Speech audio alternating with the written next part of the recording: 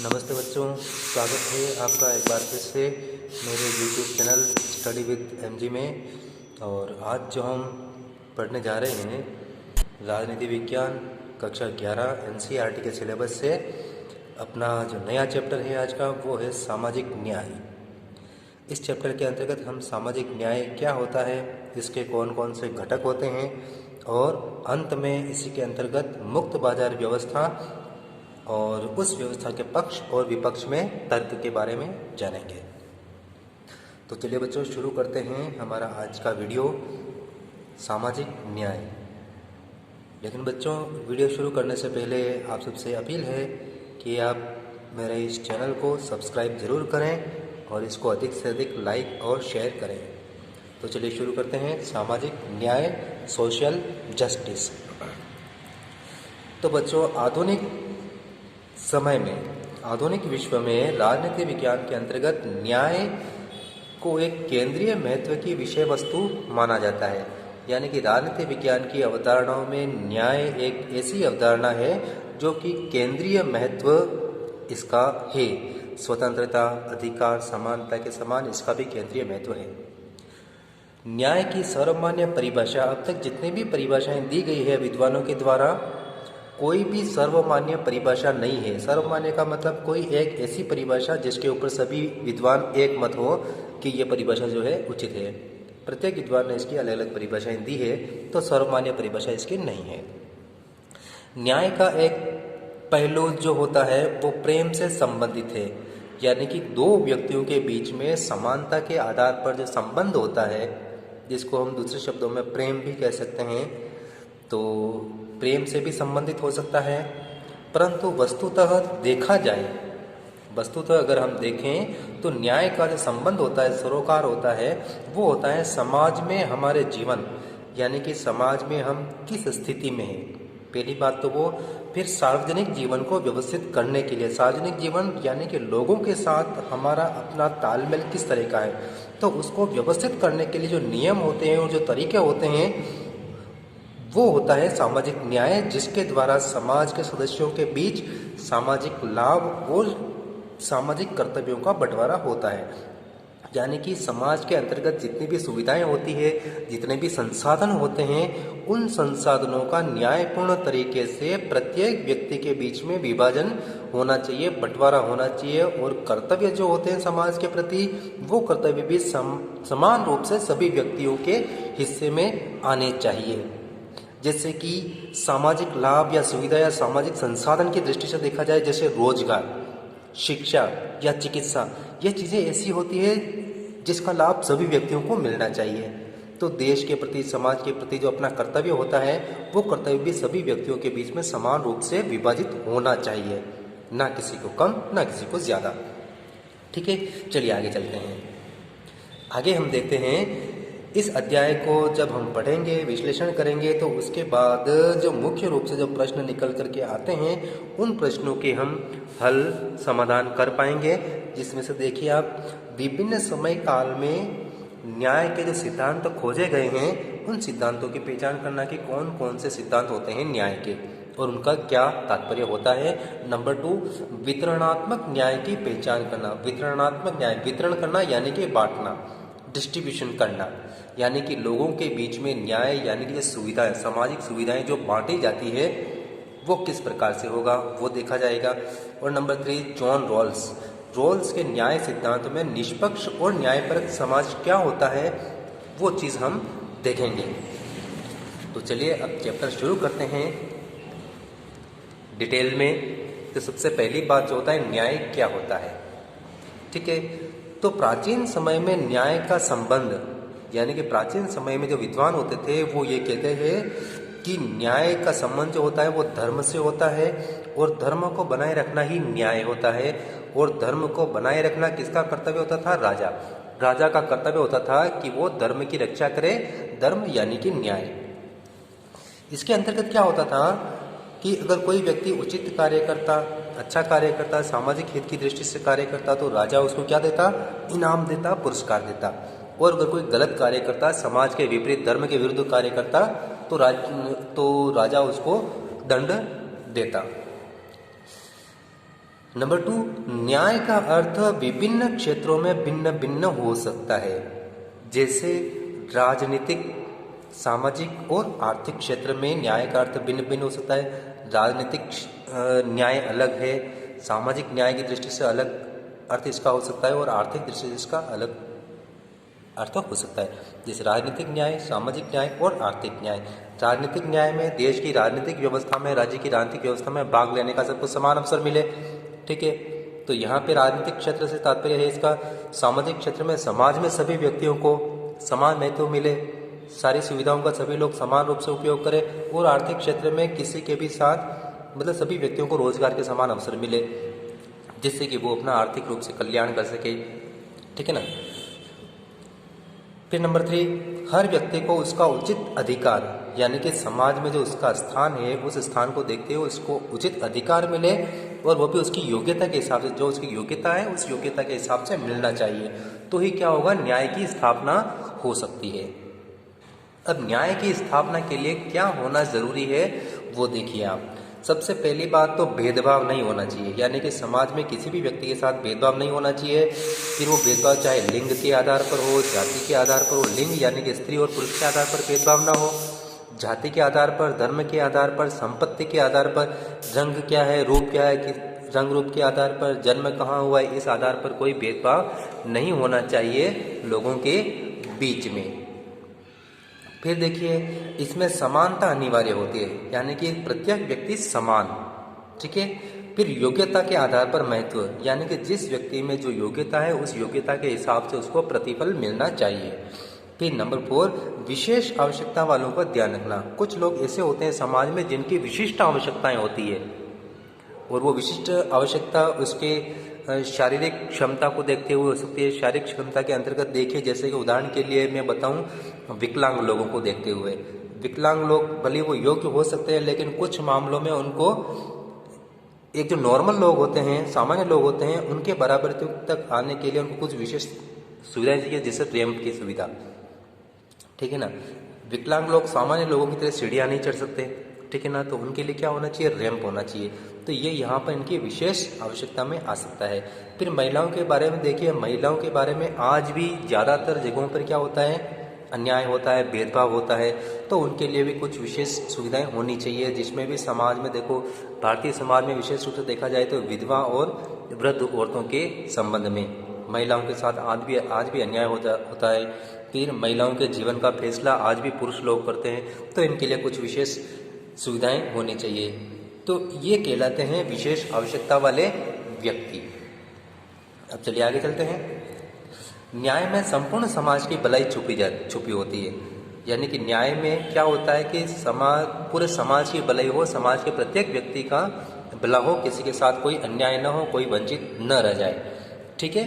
ना कि किसी विशेष व्यक्ति का भला सोचा जाता है, यानी किसी एक व्यक्ति, कोई विशिष्ट व्यक्ति नहीं होता है, बल्कि समाज में सभी व्यक्ति समान है और सबका विकास होना चाहिए। कि देखिए, जैसे डॉक्टर क्या करता है, डॉक्टर के पास जितने भी पेशेंट आते हैं, मरीज जाते हैं, वो उन सबका भला सोचता है। और एक शिक्षक, एक टीचर के पास जितने भी बच्चे, छात्र, विद्यार्थी अध्ययन के लिए आते हैं, तो वो शिक्षक क्या करता है, सभी छात्रों का हित सोचता है कि मेरे सभी छात्रों का जीवन भविष्य उज्जवल हो, वो आगे अच्छी जगह जाए, अच्छी जॉब करें, है ना, अपने जीवन में अच्छा मुकाम हासिल करे। तो वो शिक्षक और डॉक्टर क्या कहते हैं, सभी का समान रूप से भला सोचते हैं। अब बात करते हैं रिपब्लिक और प्लेटो के संबंध में। रिपब्लिक एक पुस्तक का नाम है और प्लेटो उस पुस्तक के लेखक का नाम है, और ये है 4वीं शताब्दी ईसा पूर्व, यानी कि आज से 2400 वर्ष पहले की बात है। ठीक है। तो इसमें देखिए, उस समय एक विद्वान हुआ था प्लेटो, राजनीति विज्ञान का सबसे पहला विद्वान, प्राचीन विद्वान। ठीक है। प्राचीन राजनीतिक विचारक, जिसमें प्लेटो का नाम पहले स्थान पर आता है आज भी। ठीक है। तो इसकी लिखी हुई पुस्तक का नाम है रिपब्लिक। रिपब्लिक इसने लिखा है संवाद शैली में, यानी कि वार्तालाप शैली में। इसमें बहुत सारे पात्र होते हैं जो किसी मुद्दे पर आपस में बातचीत करते हैं, और उन बातचीत के द्वारा जो सही चीज़ होती है, वो सही चीज़, सही निष्कर्ष निकाला जाता है बातचीत के माध्यम से। जैसे किसी एक मुद्दे पर बहस हो रही है और बाद में उस मुद्दे पर जो है उचित निष्कर्ष निकाला जाए। ठीक है, बातचीत के द्वारा। तो ये इसी तरह से लिखा हुआ है। तो इसमें ये बताया गया है कि सुकरात कौन था? सुकरात प्लेटो का गुरु था। प्लेटो शिष्य था, सुकरात गुरु था। तो यहाँ पे सुकरात क्या करता है? अपने शिष्यों के साथ, जिसमें स्वयं प्लेटो भी होता है और उसके मित्र, ठीक है। अब इसमें 3-4 जने होते हैं इसमें, जैसे ग्लोकान होता है और 2-3 और होते हैं। तो उनके साथ न्याय के ऊपर विचार विमर्श होता है और न्याय का एक सही अर्थ निकालने की उसमें कोशिश करता है। तो जब चर्चा के पश्चात सुकरात का न्याय के संबंध में जो स्पष्टीकरण होता है, यानी कि न्याय को जो स्पष्ट करता है सुकरात, वो देखिए। सबसे पहली बात तो सुकरात क्या कहता है कि न्याय उचित कानूनों की पालना में। कानूनों की पालना ही नहीं, बल्कि कानून भी कौन से होने चाहिए? उचित कानून, जो जनता के, जन सामान्य के हित में हो। ऐसे कानूनों की पालना करना ही क्या होता है? न्याय होता है, ठीक है। नंबर 2, कानूनों का सम्मान करना, यानी कि लोग, नागरिक कानूनों का सम्मान करें और उनका पालन करें। कानून कैसे? उचित कानून जो जनहित में हो। अत्याचारी कानूनों का पालन नहीं किया जा सकता है, ठीक है। फिर न्याय में समस्त लोगों की भलाई और हित छुपा होता है, ठीक है। न्याय सभी लोगों का भला करता है, किसी के भी साथ कोई अन्याय नहीं हो सकता है। न्याय का मोटो भी यही होता है कि किसी के साथ अन्याय ना हो, ठीक है। फिर न्याय संगत शासक या सरकार, उनके द्वारा क्या होना चाहिए कि समस्त जनता का कल्याण और हित सोचे वो लोग, तथा प्रत्येक व्यक्ति को उसका वाजिब हिस्सा देना, यानी कि समाज में जो उसका स्थान है, उसकी योग्यता के हिसाब से उसका उचित प्रतिफल उसको मिलना चाहिए, ठीक है। उचित हिस्सा उसको मिलना चाहिए लाभ में से। अब बात करें इमैनुअल कांट। एक तो प्लेटो का नाम आया था, प्लेटो रिपब्लिक का। दूसरा नाम आया है इमैनुअल कांट का। अब इमैनुअल कांट क्या कहता है कि समाज में प्रत्येक व्यक्ति का अपना क्या होता है? गरिमा होती है, यानी कि अपना गरिमा, अपना सम्मान, स्वाभिमान होता है प्रत्येक व्यक्ति का, ठीक है। प्रत्येक व्यक्ति को उसके विकास और लक्ष्य की पूर्ति का अवसर मिलना चाहिए, यानी कि हर व्यक्ति अपने जीवन का विकास करना चाहे, जैसा वो करना चाहे। अगर कोई संगीतज्ञ बनना चाहता है, यानी कि म्यूजिशियन बनना चाहता है, कोई डॉक्टर बनना चाहता है, कोई इंजीनियर बनना चाहता है, जैसा भी है, तो उसके जीवन का जो लक्ष्य है वो उस लक्ष्य को प्राप्त करे, तो उसके लिए उसको उचित अवसर मिले, ठीक है। फिर सभी व्यक्तियों को समान रूप से उचित और बराबर की अहमियत मिले, यानी किसी भी व्यक्ति के साथ भेदभाव ना हो, हर व्यक्ति को समान रूप से अच्छा अवसर मिले उनको। फिर समान लोगों के साथ समान बर्ताव के सिद्धांत की हम बात करते हैं। न्याय का एक सिद्धांत है समान लोगों के साथ समान बर्ताव, यानी कि समाज में जितने भी लोग हैं उनके साथ एक जैसा बर्ताव, व्यवहार होना चाहिए। क्योंकि मनुष्य हैं, तो मनुष्य होने की वजह से, मनुष्य होने के कारण सभी व्यक्तियों में कुछ समान चारित्रिक विशेषताएं पाई जाती है, क्योंकि कुछ जनरल चीज़ें जो होती है वो सभी व्यक्तियों में पाई जाती है। पहला कारण तो ये समान व्यवहार क्यों होना चाहिए उसका, अतः वे समान बर्ताव के अधिकारी हैं। फिर समाज के अन्य सदस्यों के साथ समान अवसरों के उपभोग करने का सामाजिक अधिकार, यानी कि जैसा अधिकार, जैसी सुविधाएं, जैसे अवसरों का उपयोग दूसरे लोग कर रहे हैं, वैसे ही अधिकारों का उपयोग दूसरे लोगों को भी मिलना चाहिए, सभी लोगों को मिलना चाहिए। जैसे इसमें सामाजिक अधिकार है, मताधिकार की सुविधा है, यानी कि वोट डालने का अधिकार, चुनाव में खड़े होने का अधिकार, प्रचार करने का अधिकार, ठीक है ना, ये सभी। फिर इनके मामले में, यानी कि मताधिकार के मामले में, अधिकारों के उपयोग करने के मामले में किसी के भी साथ जाति, लिंग, धर्म के आधार पर भेदभाव नहीं होना चाहिए। जाति के आधार पर भी नहीं, लिंग यानी कि स्त्री पुरुष के आधार पर भी भेद नहीं होना चाहिए और धर्म के आधार पर भी भेदभाव नहीं होना चाहिए। फिर देखिए, वर्तमान में उदारवादी जनतंत्र, यानी कि वो सभी राज्य या देश जहाँ पर लोकतंत्र है, तो जहाँ पर लोकतंत्र है, जनतंत्र है, वहाँ पर नागरिकों को जीवन, स्वतंत्रता, संपत्ति जैसे महत्वपूर्ण अधिकार लोगों को प्राप्त है। जैसे हमारे देश में भी लोगों को जीवन का अधिकार है, स्वतंत्रता का अधिकार है, संपत्ति का अधिकार है, सभी लोकतांत्रिक देशों में लगभग प्राप्त होते हैं लोगों को, जिनके द्वारा वे राजनीतिक प्रक्रिया में भागीदार बनते हैं। राजनीतिक प्रक्रिया में भागीदार बनने के लिए कौन सा अधिकार? मताधिकार, जिससे कि वो अपने देश की राजनीतिक व्यवस्था में भाग लेते हैं। वोट डालना, चुनाव में खड़े होना, ठीक है ना, संसद विधानसभा में जाना, जनता के लिए कार्य करना, वो सभी, ठीक है ना। फिर समान कार्य के लिए समान पारिश्रमिक मिले लोगों को, यानी कि अगर दो व्यक्ति एक समान कार्य कर रहे हैं, ठीक है, तो उनको वेतन मजदूरी भी एक समान मिलनी चाहिए। तो मजदूरी देते समय स्त्री पुरुष के आधार पर, लिंग के आधार पर भेदभाव न हो। ठीक है, एक ही कार्य जैसे कि 4 घंटे के लिए कोई काम कर रहा है, जैसे मजदूरी ही कर रहा है, ठीक है, मजदूरी स्त्री भी कर रही है, पुरुष भी कर रहा है, लेकिन जहाँ पुरुष को अगर 400 रुपये मिल रहा है और स्त्री को सिर्फ 200 रुपये दे तो वो अन्याय है, क्योंकि समान कार्य कर रहे हैं, समान समय तक कार्य कर रहे हैं। ठीक है ना। तो जब कार्य के मामले में भेदभाव नहीं तो वेतन के मामले में भी भेदभाव नहीं होना चाहिए। ठीक है, और ये भेदभाव धर्म के आधार पर, जाति के आधार पर भी नहीं होना चाहिए, यानी कि समान कार्य के लिए समान वेतन मिले। ठीक है, तो ये होता है समान लोगों के साथ समान बर्ताव। फिर अपना सेकंड जो सिद्धांत आता है वो समानुपातिक न्याय, यानी कि अनुपात के मुकाबले में, यानी कि जो व्यक्ति जितना कार्य करता है और जिस क्वालिटी का कार्य करता है, जिस गुणवत्ता को लेकर के कार्य करता है, उसको उसके अनुपात में न्याय प्राप्त हो। ठीक है, यहाँ पे क्वालिटी, गुणवत्ता के ध्यान रखने की बात है। ठीक है ना। तो समाज में न्याय की स्थापना है तो समान बर्ताव के सिद्धांत ही काफी नहीं है, बल्कि समानुपातिकता का सिद्धांत भी होना चाहिए। तो इन दोनों सिद्धांतों के बीच में तालमेल और समन्वय होना चाहिए। ठीक है, जैसे कि कोई लेबर कोई कार्य कर रहा है, मजदूर कोई कार्य कर रहा है, डॉक्टर अपना कार्य कर रहा है, तो यहाँ पर जो होता है आनुपातिक न्याय, क्वालिटी के हिसाब से देखा जाए तो डॉक्टर का जो कार्य है वो आनुपातिक दृष्टि से श्रेष्ठ है, तो उसको पारिश्रमिक भी उसी हिसाब से मिलना चाहिए, ज़्यादा मिलना चाहिए, इस तरह से। तो अर्थात व्यक्तियों को उनके कार्य निष्पादन की गुणवत्ता, यानी कि जैसा कार्य उसने किया है उसकी क्वालिटी क्या है, उसकी क्वालिफिकेशन क्या है, योग्यता क्या है, और उसे कौशल को ध्यान में रखते हुए उसी अनुपात में पुरस्कृत करना। जैसे मकान निर्माण के कार्य को ही देख लिया जाए तो मकान निर्माण में देखिए एक कारीगर होता है और एक सामान्य लेबर होती है, मजदूर होता है। तो कारीगर का कुछ ज़्यादा होता है पेमेंट और लेबर का कम होता है, तो उनकी जो योग्यता होती है, उनका जो कौशल होता है, उसी हिसाब से उनको क्या मिलता है, वेतन मिलता है, तो उसी अनुपात में उसको पुरस्कृत करना चाहिए। तो यहाँ पर कहलाता है आनुपातिक न्याय या समानुपातिक न्याय।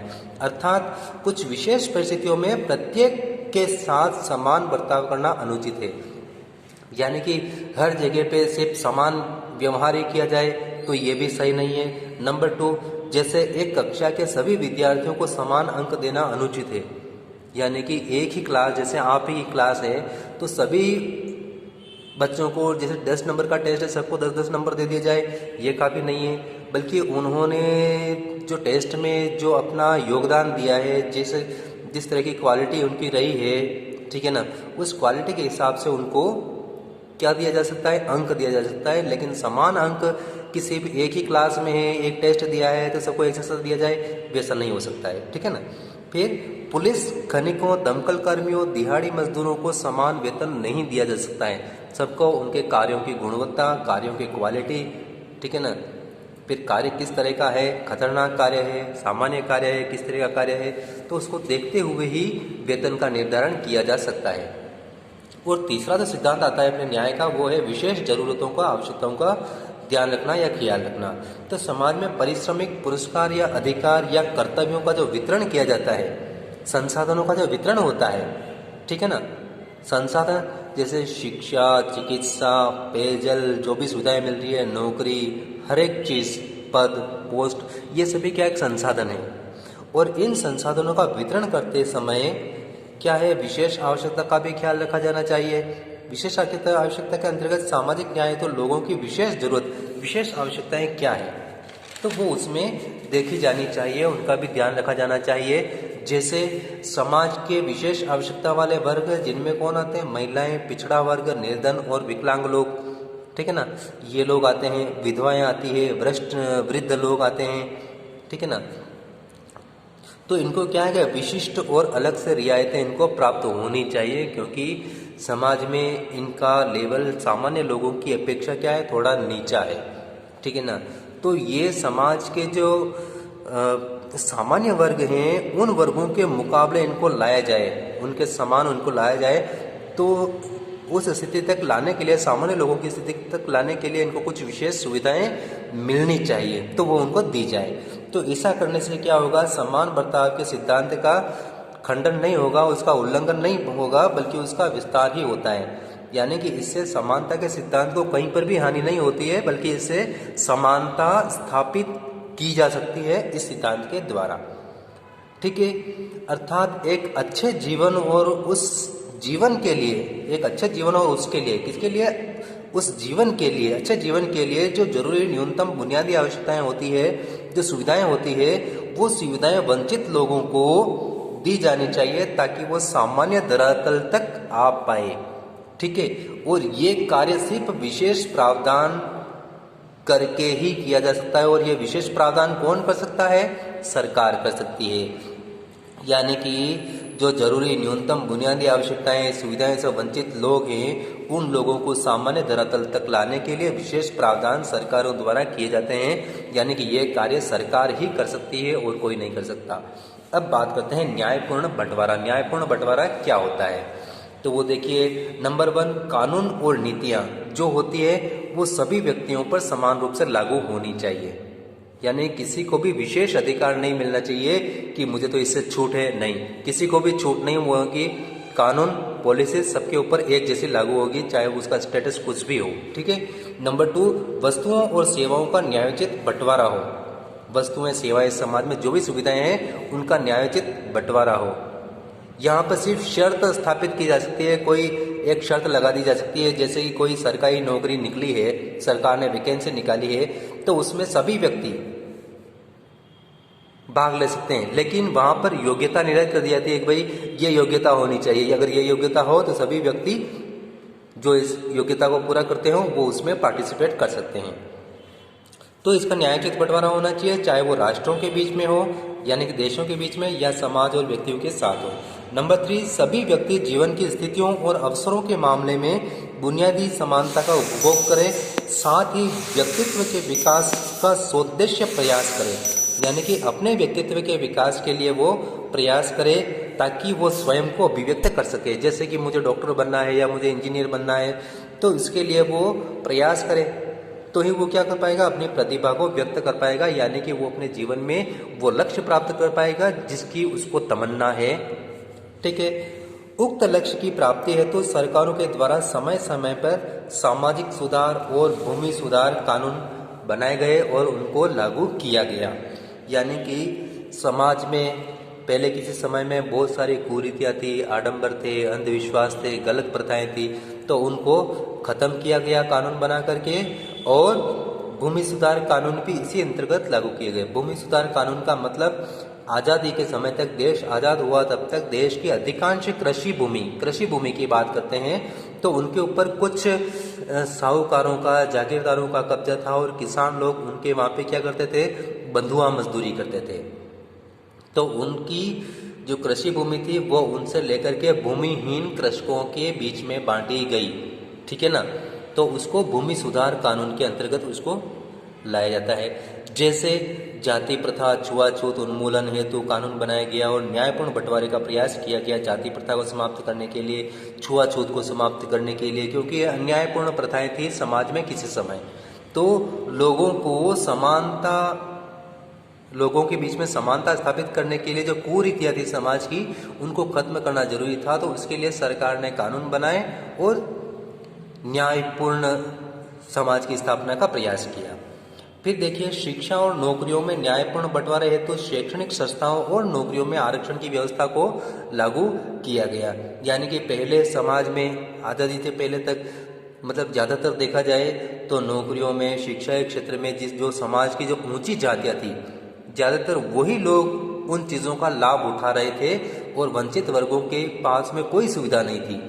तो वंचित वर्गों को आगे लाने के लिए, उनको आगे बढ़ाने के लिए उनके कुछ विशेष सुविधाएं की गई। उस सुविधा को कहा गया आरक्षण। ठीक है, तो इसको लागू किया गया। अब बात करते हैं जॉन रॉल्स के न्याय सिद्धांत की। यहाँ तक तो क्लियर, जॉन रॉल्स का न्याय सिद्धांत। तो जॉन रॉल्स का न्याय सिद्धांत जो है, इसमें देखिए आप, सबसे पहली बात जो है कि प्रत्येक माता पिता, हर एक व्यक्ति क्या चाहता है कि उनके बच्चों का भविष्य उज्जवल हो, उन्हें अच्छी जीवन स्तर, उनका मतलब जीवन स्तर अच्छा हो। तो इस तरह की सुविधा देने का प्रयास प्रत्येक माता पिता करते हैं अपनी तरफ से। प्रत्येक हर संभव कोशिश करते हैं कि उनके बच्चे अच्छा जीवन जिए, अच्छा पढ़े, अच्छा लिखे, अच्छी जॉब करे। ठीक है ना। सभी यह भी चाहते हैं कि उनके बच्चों का भविष्य उज्जवल हो, तो यहाँ पर रोल्स क्या कहता है कि रोल्स के अनुसार हमें ये पता नहीं है कि हमारा जन्म कहाँ होगा, किस परिवार में होगा, हमारा स्टेटस क्या होगा, ऊंची जाति में पैदा होंगे, नीची जाति में पैदा होंगे, सुविधा संपन्न परिवार में पैदा होंगे या सुविधाहीन परिवार में पैदा होंगे, किस परिवार में पैदा होंगे, हमारा क्या स्टेटस होगा, इसके ऊपर हमारा कोई कंट्रोल नहीं है। ठीक है ना। तो क्योंकि इस बारे में हमें कोई पता नहीं होता है कि हमारी स्थिति क्या होगी जब हम पैदा होंगे, तो यदि हमें ये ही नहीं पता है कि हम कौन होंगे और भविष्य के समाज में हमारे लिए कौन से विकल्प खुले होंगे, ठीक है ना, तब हम यही सोचेंगे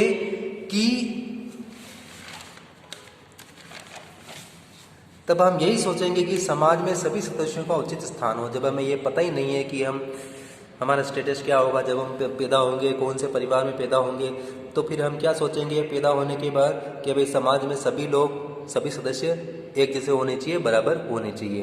क्योंकि जब आपको कुछ पता ही नहीं है, यानी कि आप इस मामले में अज्ञान हैं, ठीक है, तो उसी को जॉन रॉल्स क्या कहता है, अज्ञानता का आवरण। क्योंकि मनुष्य को पहले से कुछ भी पता नहीं होता है कि उसका स्टेटस क्या होता है। ठीक है। अब रोल्स के अनुसार रोल्स आगे क्या कहता है कि स्वास्थ्य, शिक्षा, आवास जैसे महत्वपूर्ण संसाधन सभी लोगों को प्राप्त होने चाहिए, फिर चाहे वो किसी भी वर्ग का हो, चाहे वो उच्च वर्ग का हो या निम्न वर्ग का हो। इस हेतु प्रत्येक व्यक्ति ऐसे संगठन के बारे में सोचे। ठीक है, यानी कि पहली बात तो उसको पता नहीं है, ठीक है, कि वो किस परिवार में, किस समाज में पैदा होगा, किस जाति में पैदा होगा, उसका स्टेटस क्या होगा, अमीर घर में पैदा होगा या गरीब घर में पैदा होगा। लेकिन अब पैदा तो हो गया है, तो उसके बारे में फिर क्या सोचा जाता है कि पहले सभी सदस्यों का समाज में सही जगह हो। दूसरी बात, समाज में सभी लोगों को जो संसाधन है वो संसाधन सभी लोगों को समान रूप से प्राप्त हो। ठीक है, इस आधार पर कोई भेदभाव नहीं होना चाहिए। तो ये चीज़ें करेगा कौन, यानी कि सभी व्यक्तियों को समान सुविधाओं की प्राप्ति हो, तो ये कौन करेगा, ये काम कोई ऐसा संगठन ही कर सकता है। ठीक है, कोई एक संगठन कर सकता है। जैसे हम बात करें सरकार की, तो ये काम कौन कर सकता है, सरकार ही कर सकती है। और वो कैसे कर सकती है, नियम बना करके। तो ऐसे नियमों के बारे में और ऐसे संगठन के बारे में सोचे जो कमजोर तबके को उचित अवसर उपलब्ध करा सके। ठीक है, संगठन का मतलब यहाँ पर सरकार से। ठीक है, तो जिसमें प्रत्येक व्यक्ति को, यानी कि जब ऐसा संगठन होगा, वो ऐसे नियम बनाएगा, तो उसमें क्या होगा कि प्रत्येक व्यक्ति को शिक्षा, स्वास्थ्य, आवास जैसी बुनियादी सुविधाएं होती है, आधारभूत सुविधाएं, ठीक है ना, तो वो सभी को प्राप्त होंगे। अब अज्ञानता के आवरण की विशेषता, यानी कि जो जॉन रॉल्स जिस अज्ञानता के आवरण की कल्पना करता है उसकी विशेषता क्या है कि नंबर 1, इसमें लोगों से सामान्य रूप से विवेकशील बने रहने की उम्मीद की जाती है। यानी कि रॉल्स ये अपेक्षा करता है कि प्रत्येक व्यक्ति अपने विवेक का प्रयोग करते हुए सामान्य रूप से एक मनुष्य की हैसियत से सोचे। ठीक है, एक इंसान की हैसियत से, वो ये नहीं सोचे कि मेरा स्टेटस क्या है। ठीक है। नंबर 2, अज्ञानता के आवरण के प्रासंगिकता के लिए, यानी कि उसने जो अज्ञानता के आवरण का सिद्धांत बनाया है उसमें सबसे पहली बात यह है कि आप सबसे बुरी स्थिति से सोचना शुरू करें। आप भले कितने भी उच्च वर्ग के हैं या ऊंची जाति के हैं, तो आप ये सोचें कि सामने वाले की जगह पे अगर आप होते तो आप क्या करते, या आपका दृष्टिकोण क्या होता, आपके सोचने का तरीका क्या होता। तो आप उस स्थिति में जाकर के सोचना शुरू करें। फिर नंबर 3, ऐसी व्यवस्था, संरचना या ढांचे की कल्पना करें जिसमें असाधारण कार्यवाहियों की जरूरत न हो। यानी कि ऐसी व्यवस्था, जैसे कि मैंने कहा, जैसे सरकार हो सकता है, राज्य हो सकता है, तो उस व्यवस्था के अंतर्गत उस व्यवस्था को मतलब कड़े कानूनों को लागू करने की जरूरत नहीं होनी चाहिए कि हर काम को वो कानून बना करके ही करे, पूरा करे, ये भी जरूरी नहीं। यानी कि तो इसके लिए क्या होना चाहिए, मनुष्य विवेकशील हो और विवेकशील तरीके से सोचे। तो व्यवस्था को ज़्यादा नियम नहीं बनाने होंगे और असाधारण कार्यवाहियाँ उसको नहीं करनी पड़ेगी।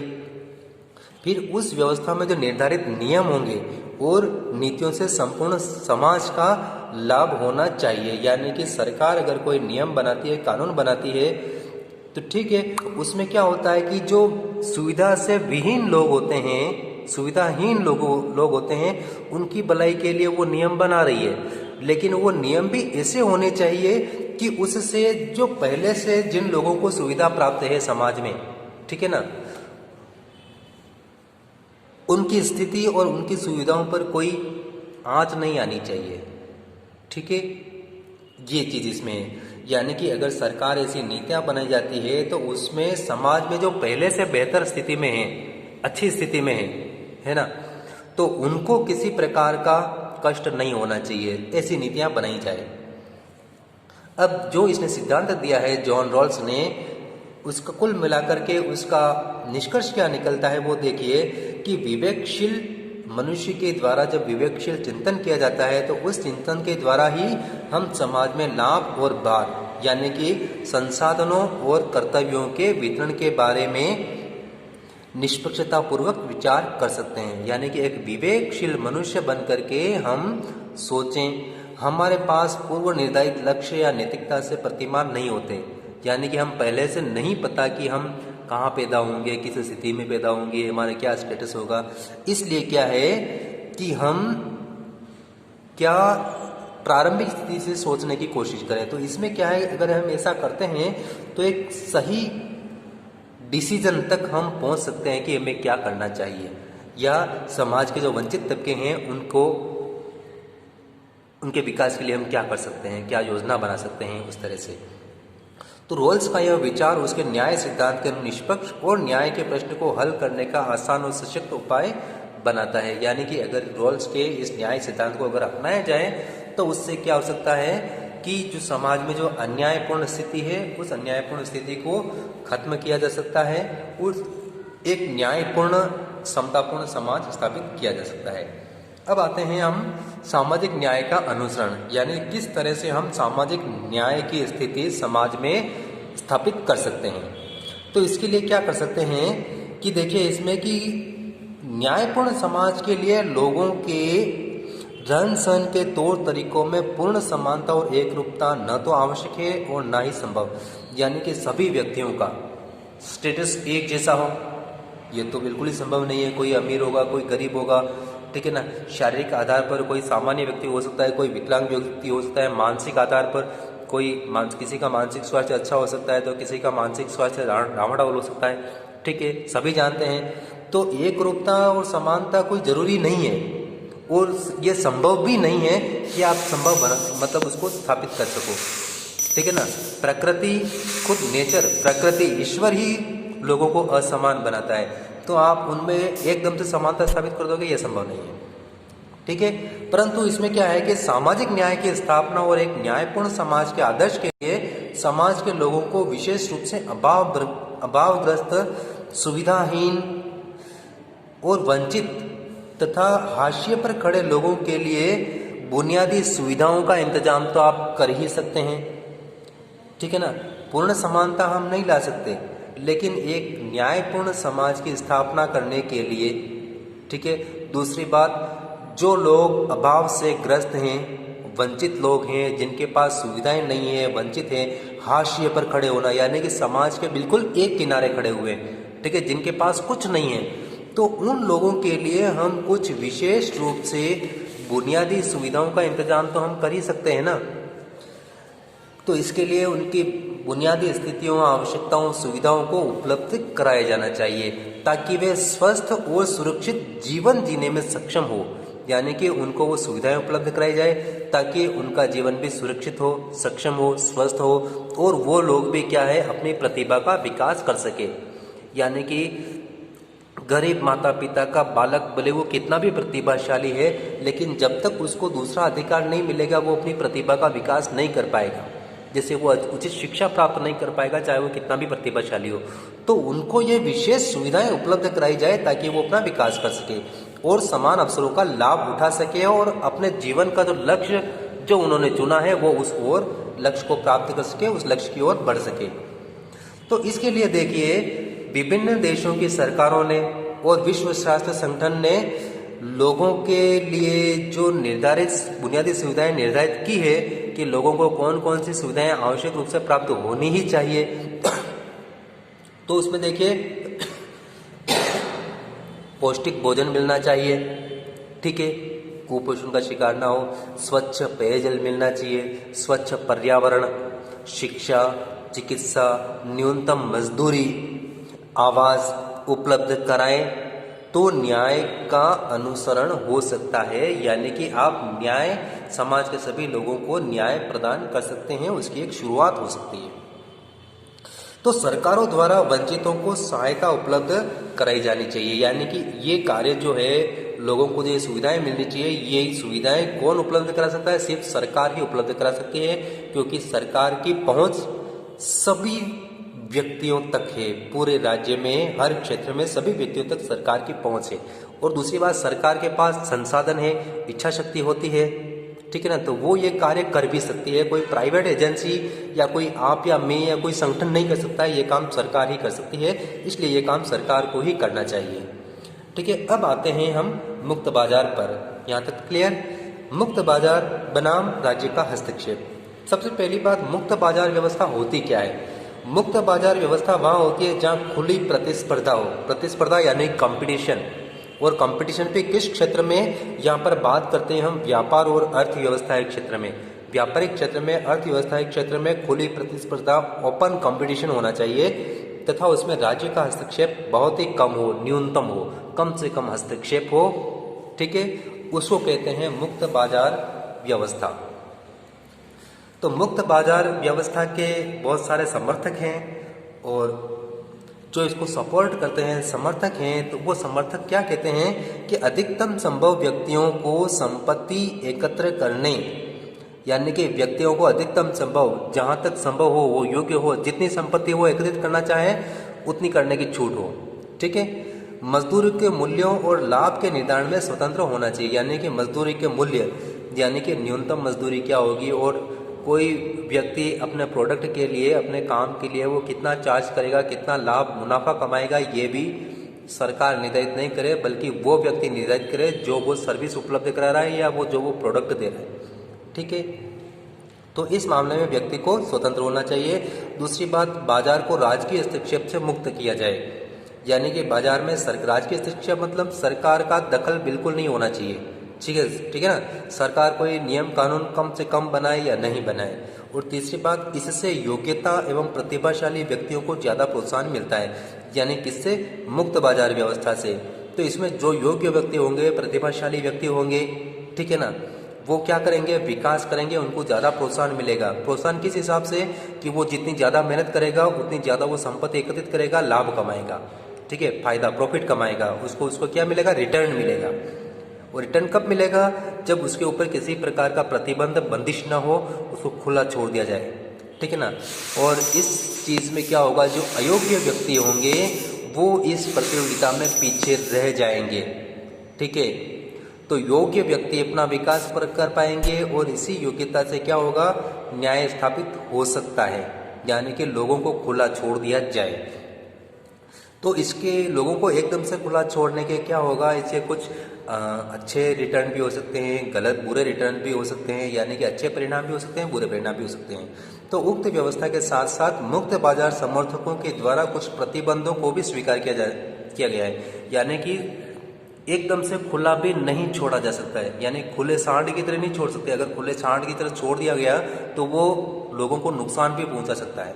तो कुछ प्रतिबंध भी स्वीकार किए गए हैं, जैसे इसमें देखिए आप, सभी के लिए न्यूनतम मजदूरी, यानी कि मजदूरों का शोषण न हो, यानी कि न्यूनतम मजदूरी फिक्स कर दी जाए कि कंपनी या जहाँ पर वो काम कर रहे हैं कम से कम उतनी तो उनको पगार मिले जितनी सरकार निर्धारित कर रही है, ताकि वो अपना जीवन निर्वाह कर सके। न्यूनतम जीवन मानक निर्धारण करने में, ठीक है। नंबर 2, बुनियादी सुविधाओं की स्थापना और उपलब्ध कराने में निजी एजेंसियों को प्रोत्साहित करना, यानी कि जो सरकारें जो लोक कल्याण के जितने भी कार्य करती है, लोगों की भलाई के लिए जितनी भी योजनाएं चलाती है, काम करती है, तो सरकार खुद काम नहीं करे बल्कि प्राइवेट कंपनियों को भी उसमें आगे बढ़ाए, कि प्राइवेट कंपनियां भी आगे आकर के लोगों की भलाई के लिए कुछ काम करें। ठीक है, यानी कि कुछ काम लोगों की भलाई से संबंधित वो सरकारी कंपनियों को भी देने चाहिए। फिर प्रतियोगिता के मानदंड और नियम निर्धारित करें, यानी ओपन कंपटीशन तो है लेकिन उस कंपटीशन के लिए भी कुछ नियम कानून बना दे सरकार, ताकि कोई भी गलत तरीके से लाभ न कमा पाए, ठीक है ना, इस तरह से। फिर मुक्त बाजार व्यवस्था से क्या होगा, स्त्री पुरुष जाति धर्म आधारित भेदभाव कम होगा, क्योंकि वहाँ पर उनको योग्यता के हिसाब से महत्व मिलेगा, लोगों को उनके धर्म या जाति या लिंग के आधार पर नहीं देखा जाएगा, ठीक है। तो लोगों को, दूसरी बात, लोगों को पसंद के अनुसार विकल्प के चयन की स्वतंत्रता होगी, यानी कि एक ही प्रोडक्ट बहुत सारी कंपनियां अगर लॉन्च कर रही है मार्केट में, तो लोगों को जो अच्छा विकल्प होगा, जो कम से कम कीमत में अच्छे से अच्छा विकल्प प्रोडक्ट उपलब्ध कराएगा, तो लोगों को अपनी पसंद के अनुसार उस प्रोडक्ट को चुनने की आज़ादी होगी, ठीक है ना। फिर देखिए आगे इसमें 6, राज्य मुक्त बाजार की बाधाओं को दूर करेंगे, यानी कि मुक्त बाजार के क्षेत्र में अगर कोई बाधाएं आ रही है, कुछ ऐसे नियम कानून, कुछ ऐसे सरकारी नियम कानून भी हो सकते हैं जिससे अर्थव्यवस्था को धक्का लगता हो, तो सरकार ऐसी बाधाओं को दूर करेगी। अब बात करते हैं मुक्त बाजार व्यवस्था के पक्ष में तर्क। कौन कौन से तर्क या विचार मुक्त बाजार के पक्ष में हैं, उनके बारे में देखिए। पहली बात, प्रतिभाशाली व्यक्तियों को प्रोत्साहन मिलता है, प्रोत्साहन व लाभ प्राप्त होता है जिसमें भेदभाव की कोई गुंजाइश नहीं होती, ठीक है, और लोगों को महत्व मिलता है उनकी योग्यता के आधार पर। नंबर 2, योग्यता को महत्व मिलता है और भेदभाव की आशंका इसमें नहीं होती। नंबर 3, उचित और न्यायपूर्ण समाज का आधार होता है, यानी कि इससे एक न्यायपूर्ण समाज की स्थापना हो सकती है, क्योंकि इसमें जाति के आधार पर, धर्म के आधार पर और किसी भी आधार पर इसमें भेदभाव नहीं होता है, और जहाँ भेदभाव नहीं होता है तो वहाँ पर न्यायपूर्ण समाज स्थापित हो सकता है, ये इनके समर्थकों का कहना है। फिर उपभोक्तावाद को प्रोत्साहन मिलता है, उपभोक्ता बात को प्रोत्साहन, लोगों के पास इसमें क्या होता है, चयन हेतु विकल्पों की उपलब्धता होती है, यानी कि जैसे मैंने बताया एक ही प्रोडक्ट बहुत सारी कंपनियां निकाल रही है, तो क्वालिटी के आधार पर और दाम के आधार पर अच्छा विकल्प लोगों के सामने मिलता है, ठीक है ना। तो विकल्प मिलते हैं। फिर गुणवत्ता, क्वालिटी को प्रोत्साहन मिलता है। जब कंपटीशन होता है तो हर कंपनी अच्छे से अच्छी क्वालिटी की चीज़ें मार्केट में उपलब्ध कराने की कोशिश करती है। फिर देखिए, सरकारी संस्थाओं से अधिक गुणवत्ता युक्त सेवाओं की उपलब्धता, यानी कि अगर मान लिया जाए कि एक ही सर्विस सरकारी एजेंसी भी दे रही है और प्राइवेट एजेंसी भी दे रही है, तो वहाँ पर क्या होता है कि जो प्राइवेट एजेंसी होती है, कई मामलों में वो सरकारी एजेंसी से अच्छी सेवा अपने कस्टमर को उपलब्ध कराती है। लेकिन अब यहाँ पे इसका इश्यू भी है कि वो सेवा उपलब्ध करा रही है तो उसके बदले में वो भारी मुनाफा भी कमा रही है, जबकि सरकारी एजेंसी ना के बराबर मुनाफा कमाती है और ज़्यादातर सुविधाएं सरकारें फ्री में देती है, लेकिन प्राइवेट एजेंसियाँ क्या करती है, उसके बदले में भारी मुनाफा कमाती है, ठीक है। ये तो हो गया मुक्त बाजार व्यवस्था के पक्ष में तर्क। अब देखते हैं इसके विपक्ष में तर्क, ठीक है, यानी कि बहुत सारे आधार ऐसे हैं जिनकी वजह से इसका गुणगान किया गया है, जैसा कि अभी अपन ने देखा। तो कुछ ऐसी बातें हैं जिसकी वजह से इसकी आलोचना भी की जाती है मुक्त बाजार व्यवस्था की।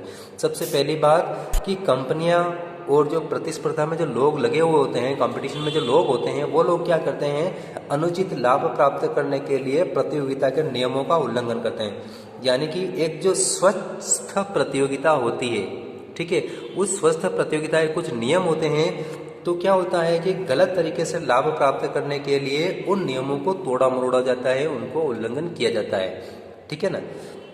ठीक है। नंबर 2, सेवाओं के बदले में भारी लाभ उठाना, यानी कि प्राइवेट एजेंसीज, जैसा कि मैंने ऊपर वाले पॉइंट में कहा था, पक्ष वाले में तर्क जो दिया था कि सेवाओं के बदले में, यानी कि सेवाएं उपलब्ध करा रही है, उसके बदले में प्राइवेट एजेंसीज भारी लाभ प्रॉफिट उठाती है।